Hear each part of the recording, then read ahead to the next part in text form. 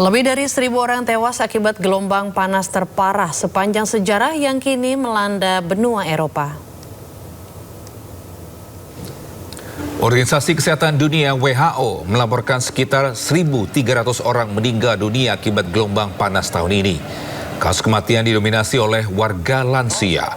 WHO menjuluki gelombang panas ini sebagai pembunuh senyap dan mendesak seluruh pemerintah di Eropa untuk segera mengaktifkan rencana aksi kesehatan darurat. Ahli meteorologi menyatakan lonjakan suhu hingga 18 derajat Celcius di atas rata-rata musiman ini dipicu oleh fenomena iklim blok Omega. Di tengah terjangan gelombang panas ekstrim ini, kepolisian Jerman mengerahkan armada water cannon guna menyemprotkan air ke arah pejalan kaki agar warga bisa mendinginkan diri. Suhu di Berlin sendiri dilaporkan bisa mencapai hingga 40 derajat Celcius.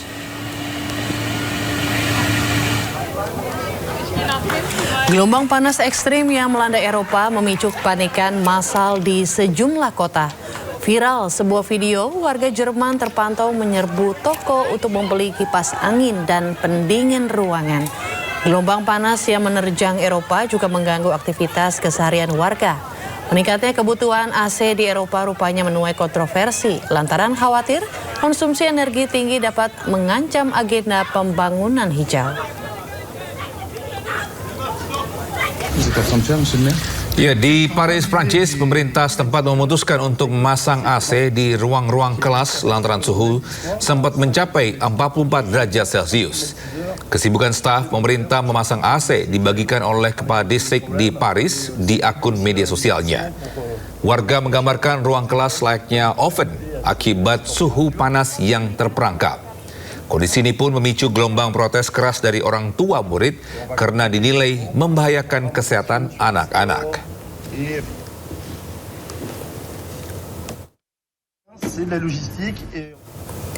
Ya, sejumlah negara di Eropa dilanda gelombang panas. Ya, warga Paris frustasi menghadapi panasnya cuaca, memilih berenang di sungai, sementara gelombang panas bahkan membuat lapisan jalur tram di Jerman meleleh.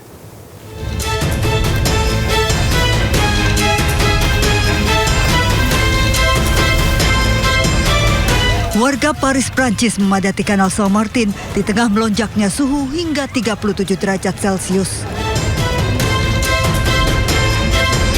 Warga sempat memadati kanal, berenang di air dan duduk di sepanjang tepi kanal untuk menurunkan suhu tubuh. Kericuhan terjadi di berbagai toko di Prancis. Warga berebut membeli kipas angin dan pendingin ruangan di tengah serangan gelombang panas ekstrim. Lebih dari separuh wilayah Prancis berstatus siaga dengan suhu melampaui 40 derajat Celcius.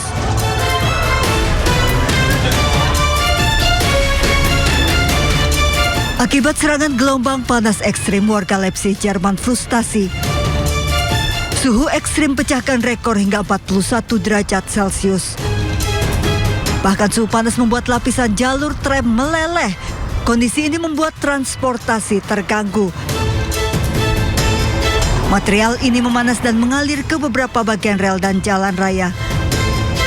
Gangguan ini memaksa layanan tram di berbagai kota dihentikan.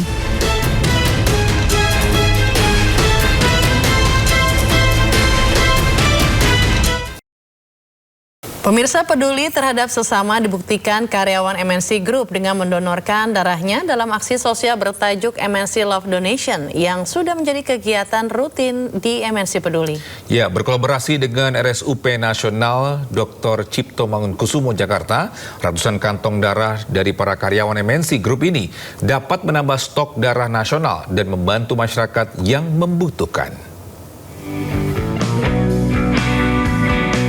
Ratusan karyawan MNC Group di kawasan Kebon Siri, Jakarta Pusat antusias mendonorkan darahnya dalam aksi sosial bertajuk MNC Love Donation yang digelar MNC Peduli bekerja sama dengan RSUP Nasional Dr. Cipto Mangunkusumo Jakarta. Kegiatan rutin ini menjadi bukti nyata komitmen MNC Group dalam menumbuhkan kepedulian sosial sekaligus memberikan manfaat bagi kesehatan para pendonor. Seperti kita ketahui kalau RSCM itu kan merupakan rumah sakit pusat rujukan nasional. Jadi kan banyak sekali pasien dari segala penjuru ya, dari Sabang sampai Merauke yang bakal dirujuk ke RSCM. Kerjasama seperti ini kita sangat-sangat terbantu sekali. Dan perlu diketahui juga bahkan dalam sehari kita butuh lebih dari 100 kantong darah untuk pasien. Yang pasti lebih enak ya, di badan segar segala macam, dan itu kan juga bermanfaat buat orang ya. Selain darah kita keluarin, dan sangat bagus, dan anak-anak muda kayaknya mesti harus peduli ya sama diri sendiri dan peduli sama orang lain melalui donor darah ini. Melalui kegiatan ini, MNC Peduli berharap akan lebih banyak pihak yang tergerak karena setetes darah kita dapat menyelamatkan sesama. Dari Jakarta, Wenda Nura, Auliasya Ramadan, iNews melaporkan. Ya pemirsa, Anda masih menyaksikan Sindo Today. Pemirsa, Zionis Israel membunuh 4 anggota Hamas dan menghancurkan tempat peluncuran roket milik anggota Hamas di Gaza, Palestina. Ya, dalam sepekan pasukan Zionis Israel memburu pejuang Hamas di Gaza, Palestina. Pada serangan baru ini, Israel membunuh 4 anggota Hamas yang memiliki rencana penyerangan ke tentara Zionis Israel di Gaza. Pasukan Zionis Israel akan terus melakukan serangan jika Hamas terus melakukan ancaman terhadap pasukan Israel di Gaza.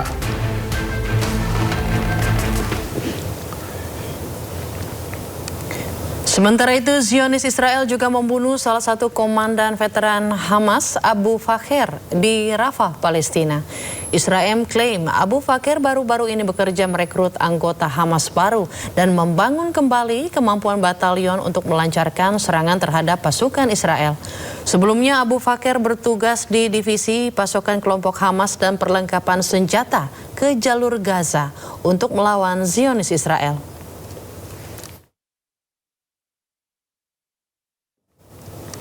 Pemirsa, Perdana Menteri Israel Benjamin Netanyahu mengunjungi wilayah yang dikuasai oleh militer Israel di Lebanon Selatan. Ya, kunjungan dilakukan usai Israel dan Lebanon menyepakati gencatan senjata pada Juni lalu.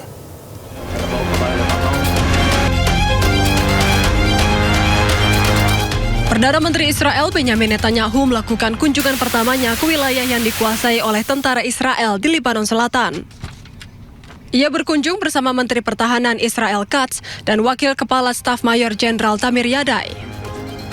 Mereka mendapatkan penjelasan terkait aktivitas di sektor tersebut dari Komandan Brigade di lapangan. Komandan Brigade juga menjelaskan terkait demonstrasi amunisi dan senjata inovatif untuk menghadapi ancaman drone. ואומרים גם לאיראן וגם לחיזבאללה, לכו מכאן, אין לכם מה לעשות כאן. שתי מדינות ריבוניות רוצות לעשות שלום ביניהם, רוצים להחזיר באמת מציאות של ביטחון ושגשוג.